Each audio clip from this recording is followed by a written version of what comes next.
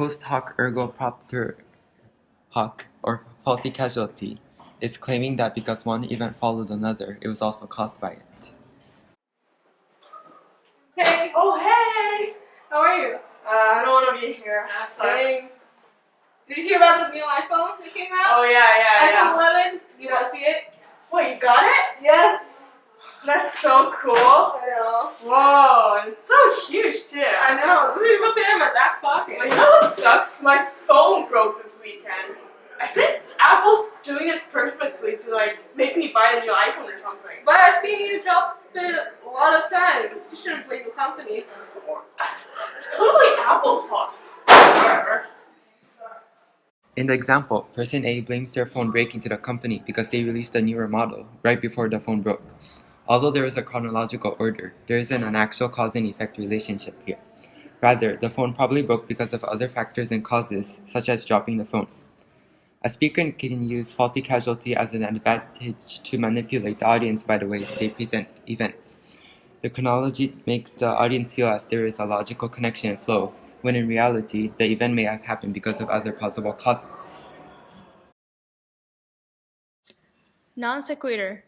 Non sequitur refers to any argument that does not logically follow from the previous arguments or statement. Cut it so it's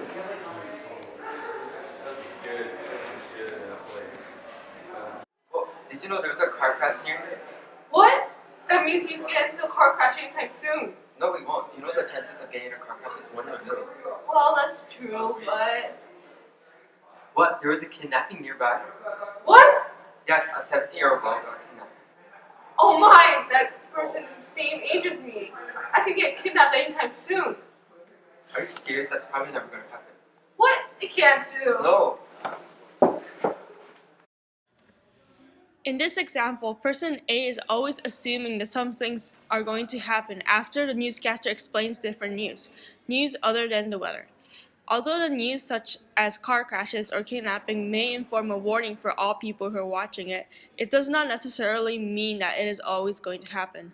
Non sequitur is a way for people to make illogical rumors and ideas from an opinion, fact, or a situation. Argument from authority. Use an authority as evidence in your argument when the authority is not really an authority on the facts relevant to the argument.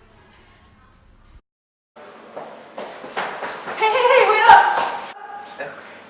Do you know if it's gonna rain? I was thinking of going camping and hiking for a few days. Apparently, if the preceding day faces fair weather, then the following day should face similar weather. Is that meteorologically possible? I thought air pressure and surrounding fronts had everything to do with weather. Yeah, like my teacher told this to me, so it has to be true. There's no chance of rain. Okay then, I'll take your word for that. I guess I don't need my raining gear after all. Yeah. Thanks. Person A believed person B, who believed in a statement that was backed by no evidence, and from a person who does not have qualification to make judgments of the weather. Similarly, a person can just name an authority to back up their arguments just because the name of the authority makes the argument seem valid and trustworthy, when in reality, the authority doesn't really have any connection to the topic of the argument. This manipulates the audience to believe that whatever argument must be right just because the speaker claims that the authority, somebody who sounds like they have knowledge, said so. Bandwagon appeal is assuming an argument is true or a choice is the best because the majority believe it or choose it. I don't know which potato chips to get.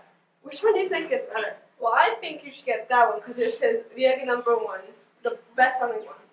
You're right. If most people buy it, it should taste better, right? I'll get this potato chips, please. A bag for that? Yes, please. #1 products or bestsellers are usually known as bandwagon appeal, as well as an advertisement shown with an image of a person being happy using that certain product. This manipulates people to believe that the particular product is better than the others because its advertisement or packaging shows popularity, when in reality, that may not be the truth. Although it isn't directly lying, it still twists people's minds to make false assumptions and base their choices on them.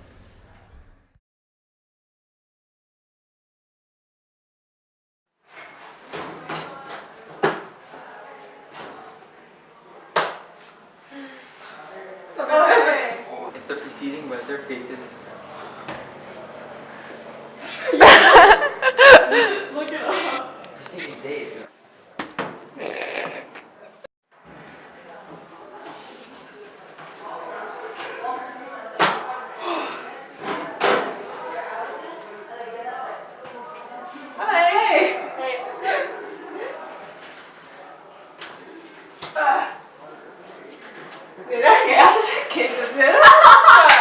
I'm taking it.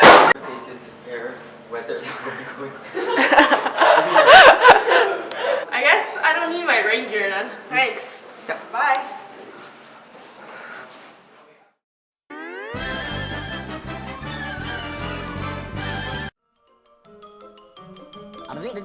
That's all, folks.